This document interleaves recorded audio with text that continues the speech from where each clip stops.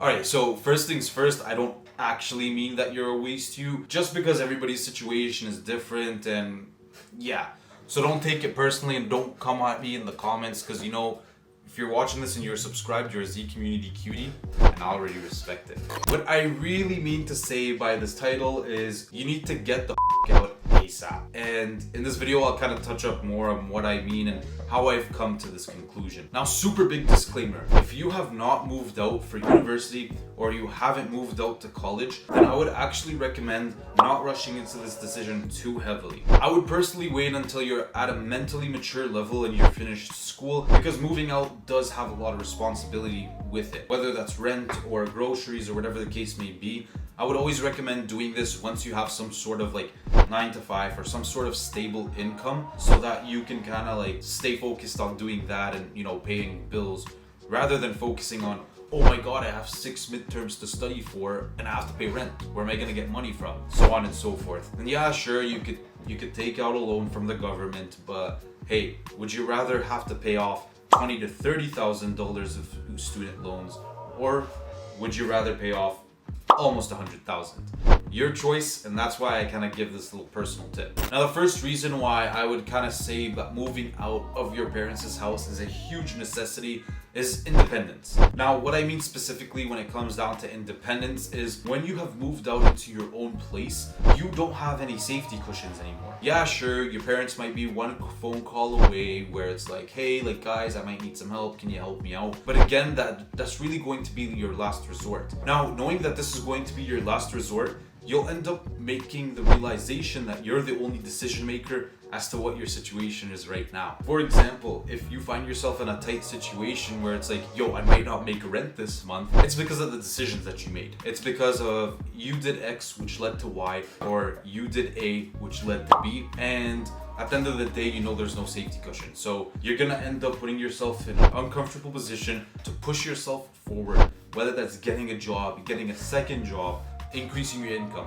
asking for a raise. All of these things factor into independence, because the only person you're depending on is yourself. Can't be relying on allowance too much, you feel me? Another reason that I think that one should get out of the parents' house ASAP is because of capital allocation. Now, before you come to this point, I feel like you have to really understand and come into terms with the independence part of this all. And what I mean is, if you've probably been moved out for a while now, you know exactly where I'm coming from. But establishing your inflows and outflows, and establishing, okay, what things do I spend within the month that are wants, and what things do I spend within the month that are needs? Having this conversation with yourself is going to be a huge game changer. Some examples of needs, which I would consider as expenses: rent, internet bills, electricity, phone bills, all of that good stuff. Some examples of wants, or what I would like to call as liabilities, would include things such as fast food purchases, shopping, and car expenses, depending on where you live. Because, you know, if you're in the suburbs, fam, you're probably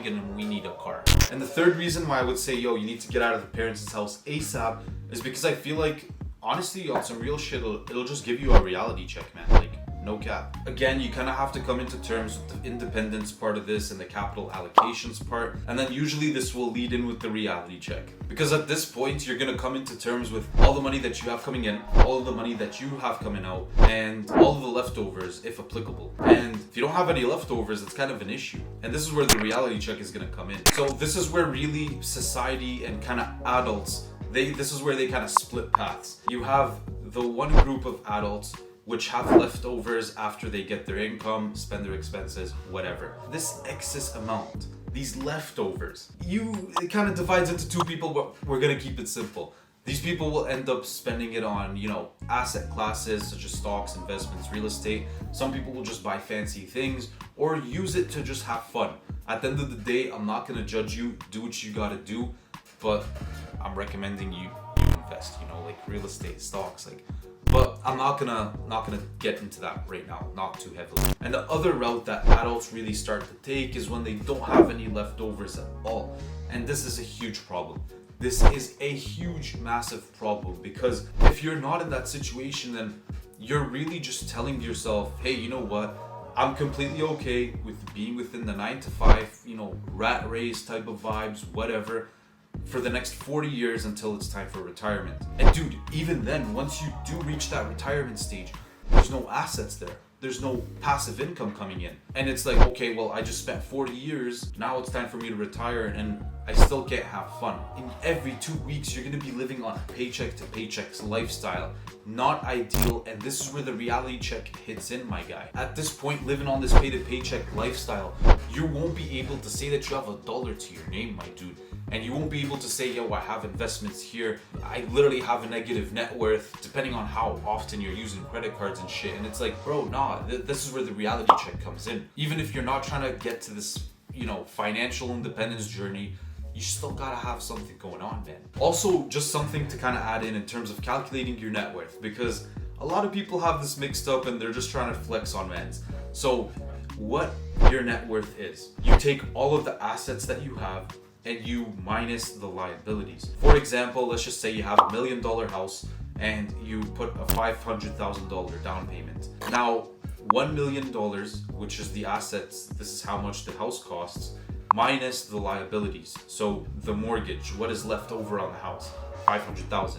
You minus these two together and $500,000 is your net worth. And yes, you gotta include your student loans, you gotta include your credit card debt, you gotta include everything into that. So don't come up to me trying to flex and tell me, yo, yeah, I got 4 different properties, they're sitting at $4 million right now. My net worth is $4 million. Nah, fam, don't leave out the $3 million of liabilities you have. Your net worth is only $1 million, my dude. Chill out. But yeah, just wanted to clarify that so that you guys don't start flexing on others or you catch the flex while it's happening type of thing. Now, this is a very controversial topic. I've had conversations with a couple of buddies, couple of random people about this topic overall. So I want to hear from you, Z community cuties. Where do you guys stand in terms of your opinions as to moving out of the parents' house? When do you think this should happen, and why do you think it should happen in the first place? Let me know in the comment section down below. Thank you guys for watching once again. Now again, this is your boy Tamara Aziz signing out. Peace.